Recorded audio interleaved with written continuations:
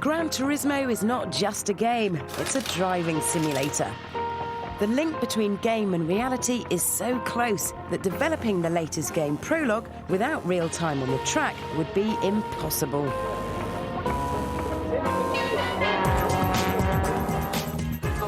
Kazunori is passionate about cars, and being behind the wheel of a fast car on an open track beats everything.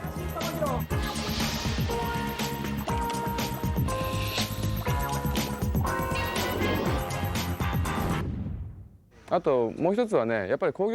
the most beautiful industrial products. Cars naturally have charm, and cars and driving are enjoyable as they are. So we concentrate on reproducing them without adding anything.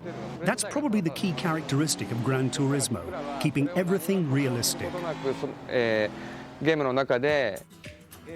For Kazunori's team at Polyphony, who created Prologue, today's a chance to have fun and learn more about the balance and handling of a real car. Today, our team will conduct some research into how stability control systems work in real cars.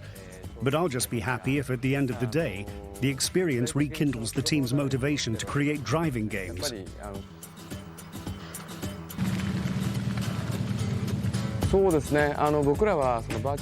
Our job is to represent the enjoyment of cars through the virtual world. And because we create computer games, it's important that everyone tastes the enjoyment of actually driving real cars.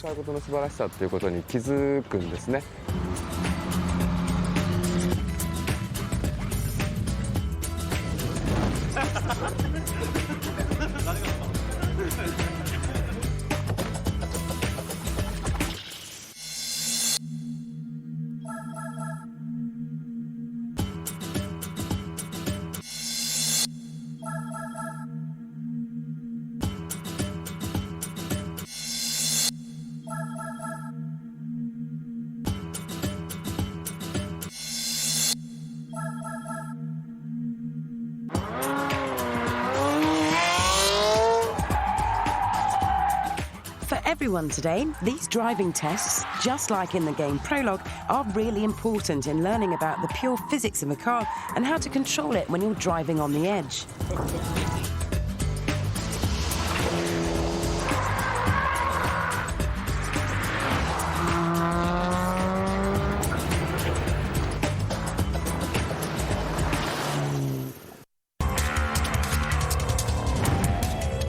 Tokyo is at the heart of Japan's car culture.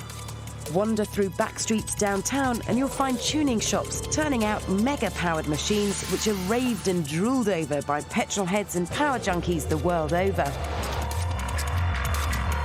This backdrop of fast cars, cool bars and neon-lit skyscrapers are Polyphony's inspiration and home. This is the heart of Gran Turismo and mission control for Kazunori and his team, who work round the clock to build the world's best driving game.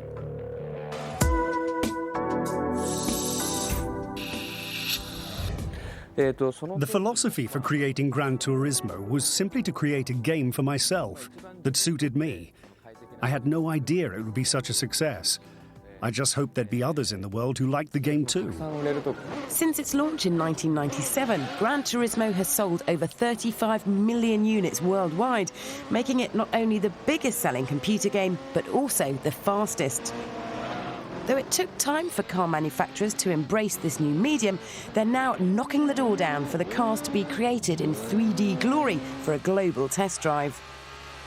Key to this success has been the physics engine, which replicates the weight and dynamics of each individual car. And for Gran Turismo Prologue, it's now even better.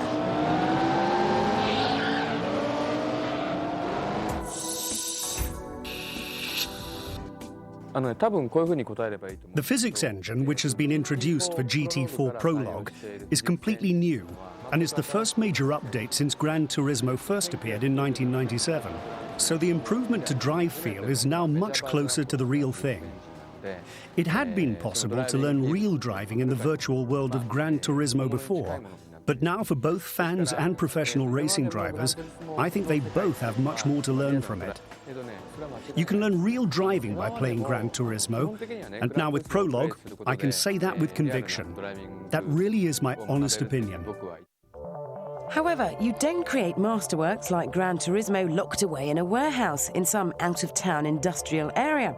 You've got to suck up the surrounding culture and outside influences, hang out with car people and talk turbo boost and downforce. Just like in real life, to be able to drive fast and post race-winning lap times, you must first learn the basic skills of handling a car on a track. This is why we have GT4 Prologue. By the time you've passed the driving tests, you'll have picked up all the skills required to drive fast in both the virtual and the real worlds.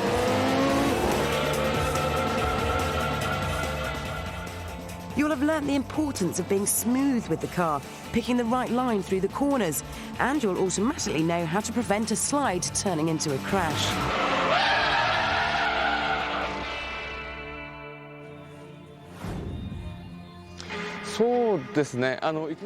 It's impossible to drive fast on a track without experience, so a driver has to study the art of driving bit by bit.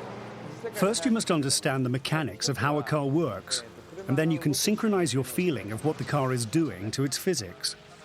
The most important thing is for your driving to be smooth, effortless, and accurate.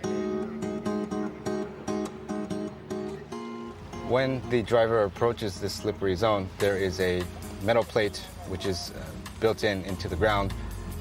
There are sensors which measure the car's approaching speed. Roughly about 40 kilometers per hour is the curriculum. And once the car drives over the plate jolts, throws you into a spin, and the driver's objective is to try to avoid spinning out.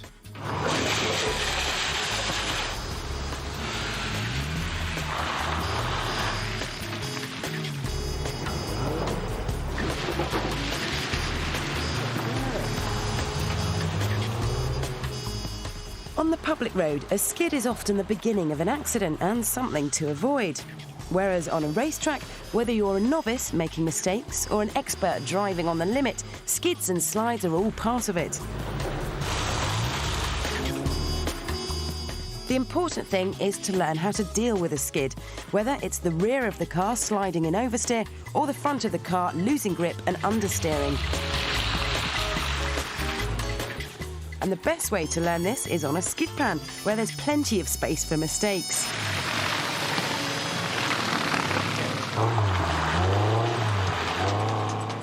The more you practice controlling your car in a skid, the better prepared you'll be for the racetrack, and hopefully catching a slide will become second nature.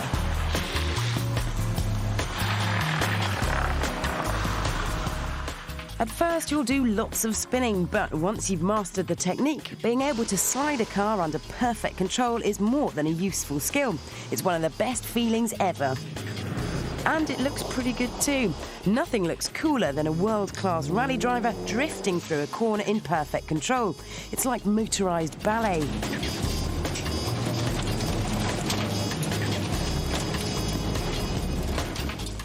Formula One drivers have great respect for professional rally drivers, not least because nearly every time they have a go at rallying, it's ended in tears. So if the world's top track drivers struggle to master rallying, then perhaps it's best to first master the more stable world of circuit driving. An empty racetrack is heaven, a place where you can let yourself go. No police, no speed cameras, and no chance of losing your license. To be quick around a track, which you'll have to be to win a race, you need to learn the basics. At first, you won't believe how much space you've got until you get it all wrong and find yourself running out of room and heading for the tyre wall.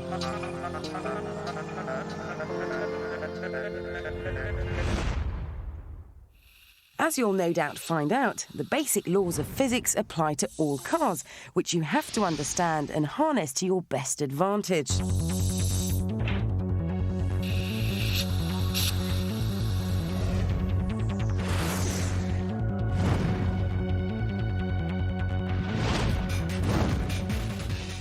The 125 bhp Volkswagen Lupo GTI is cute and front-engined. It's light but doesn't have neck-breaking horsepower.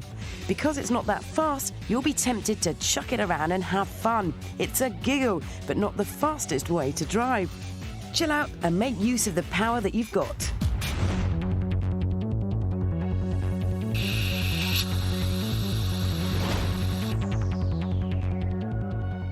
The Mercedes SL has a stomping 493 bhp right in front of your nose, and at almost 2 tons, it's almost twice the weight of the Lupo.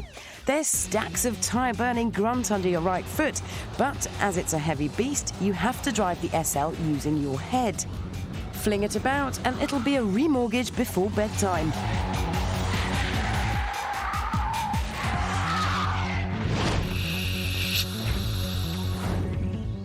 The Lotus Elise only has 118 bhp, which doesn't sound like enough power for a trip down to the shops, but then it weighs just 725 kilograms, about the same as a shopping trolley.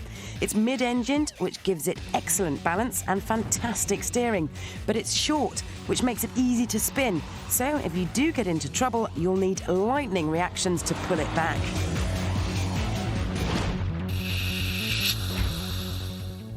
The great Ayrton Senna had a hand in developing the Honda NSX. Honed from aluminium for low weight and powered by a 3.2-litre V6 with 276 bhp mounted behind your head, the NSX revs all the way to 9,000 RPM and sounds fantastic.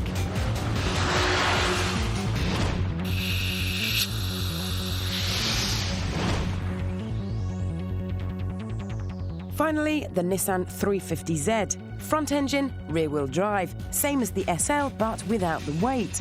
Driving the Z is pure fun. It's really well balanced and great to drift. And as you can see, it looks just gorgeous.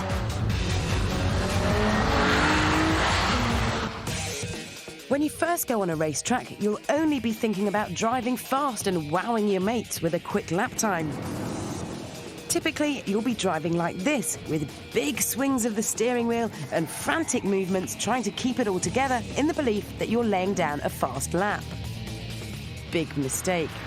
Just concentrate on driving smoothly and you'll start improving your lap time without even realising it. This is what you should be aiming for. Our pro driver has now calmed down and is getting it right. It could be your granddad on his way to the shops to pick up a paper. No sudden movements, no drama, and it's fast. So, be smooth. It's as simple as pouring a pint.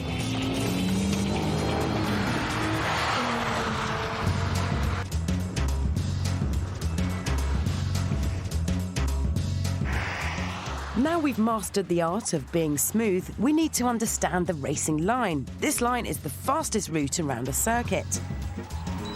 When a racing driver talks about learning a circuit, he means that he's working out where the natural line runs.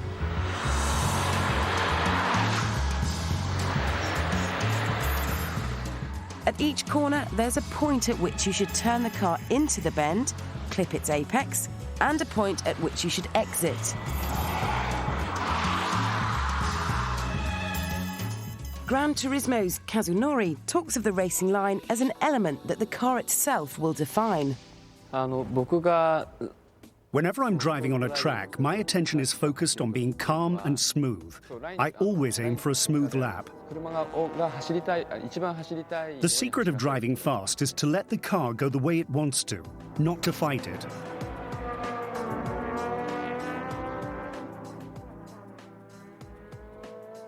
The racing line isn't necessarily the most geometrically efficient line. Rather, it's the line which the car traces when you let it lead you. Lines will be decided naturally if you follow the car's lead.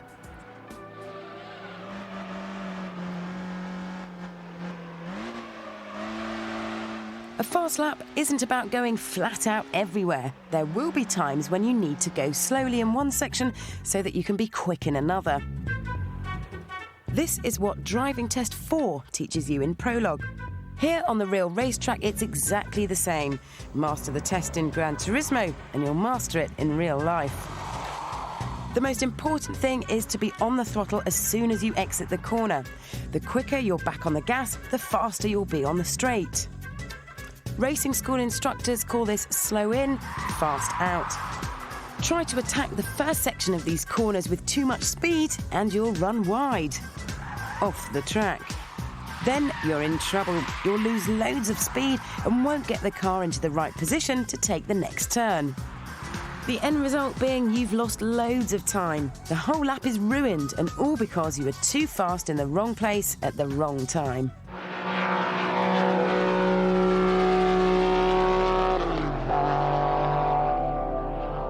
When you start driving on a track, even if you've been driving on the road for years, you don't really understand the forces that build up in a car when it's travelling at racing speeds.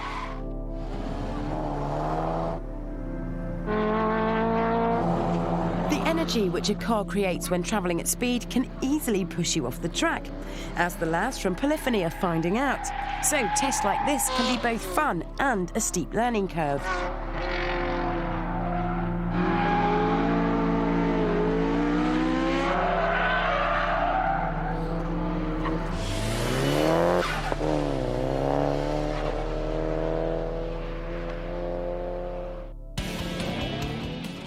Once you've understood these forces, they can be made to work in your favour, and that's just what the slalom test is all about.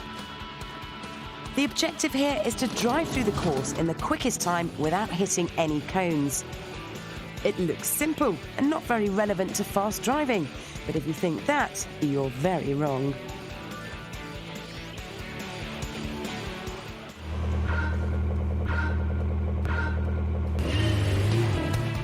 The trick is to let the car flow and establish a rhythm. As you can see, to do this, the driver lifts off the throttle as he rounds the cones. Then he's back on the throttle to the next row of cones. Lifting the throttle pitches the car's weight forward and helps the turn. From the outside, the car's movement should have all the grace of a champion slalom skier.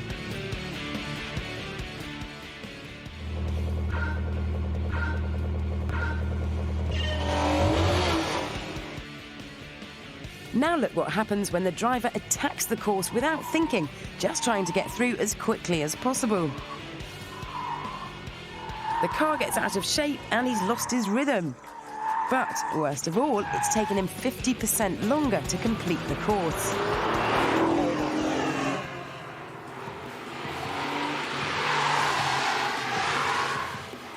It doesn't matter how good your car is or your skill as a driver, you need to keep your concentration throughout these tests or you'll run ragged and spin out.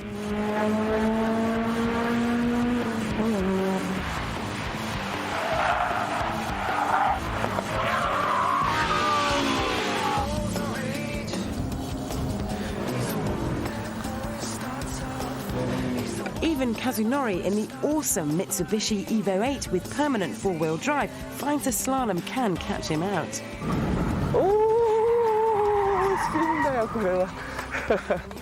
I'm sorry.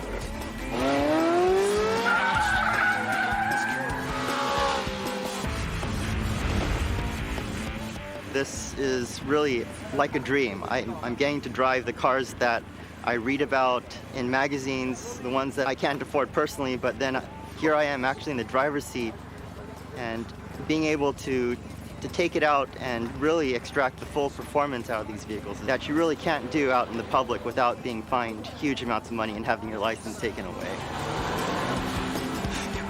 One of the things that I learned how to do was in a car that's going 200 kilometers per hour, it was quite thrilling to be able to break from that down to zero to stop. Was a real educational experience.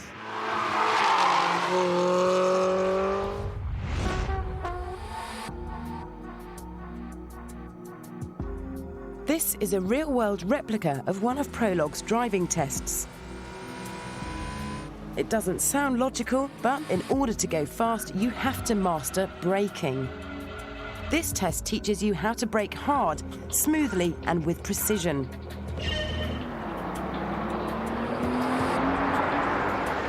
The inexperienced track driver tends to brake too softly and too late.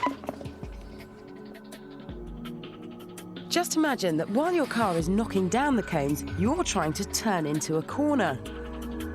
You need to plan your braking by taking reference points from the side of the track. These could be signs, bridges, or grandstands.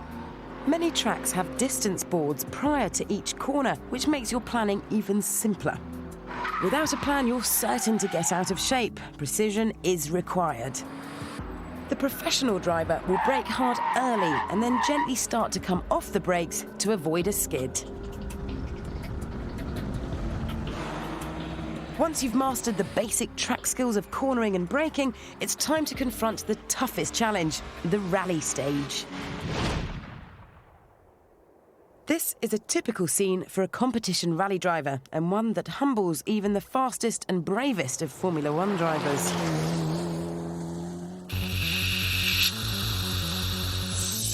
Weighing in at just over 1,000 kilos, this is a Group N Mitsubishi Evo 7.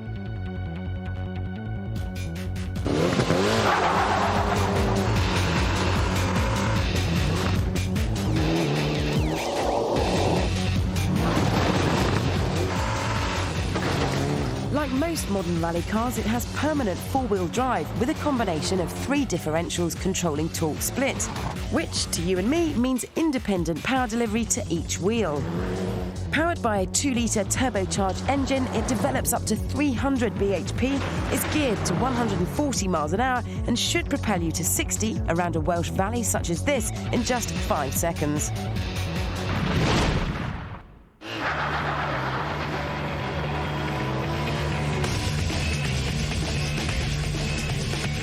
When you're spectating on a rally stage as the latest Scandinavian hotshot hammers past in a 4-wheel slide, the term smooth doesn't spring to mind. You'll just want to get in the car, nail the throttle, and hear the engine popping and banging like rifle fire. But to be fast on the dirt, you've still got to work on that smoothness thing. It may look as though your rally hero is all arms and elbows, but he's still trying to make minimum movements. And to interpret the instructions from a navigator and understand the road ahead, a rally driver needs the computing power of NASA, combined with the coordination of a dancer. It's all about being prepared for what's ahead and setting the car up for it. The driver is working harder than the road racer with more steering input and gear changing, but his movements should be just as smooth and calculated. Driving a rally car fast is all about flow and momentum. The top rally driver has an incredible level of car control. He feels what the car's doing underneath him, looks ahead at the surface, and predicts every bump and depression's likely effect on the car. It's a lesson in concentration. If you're struggling to control the car, you're not working with it. Things happen fast and you need to be ahead of the game for whatever's round the next corner or over the next crest. A mistake on a racetrack costs just fractions to your lap time. Even a big trip across the grass or a gravel trap might not be the end of your race. In rallying, though, there's less margin for error. It's like you're on a tightrope. Just a few yards off the line and you've hit tree stumps, boulders, or worse, careered off a cliff. And it's goodbye stage win. Hello, mountain rescue. So, whether it's a forest stage in Wales or a virtual stage in Gran Turismo, it's the same deal. As ever, keep it smooth and don't fry your brain by driving too fast.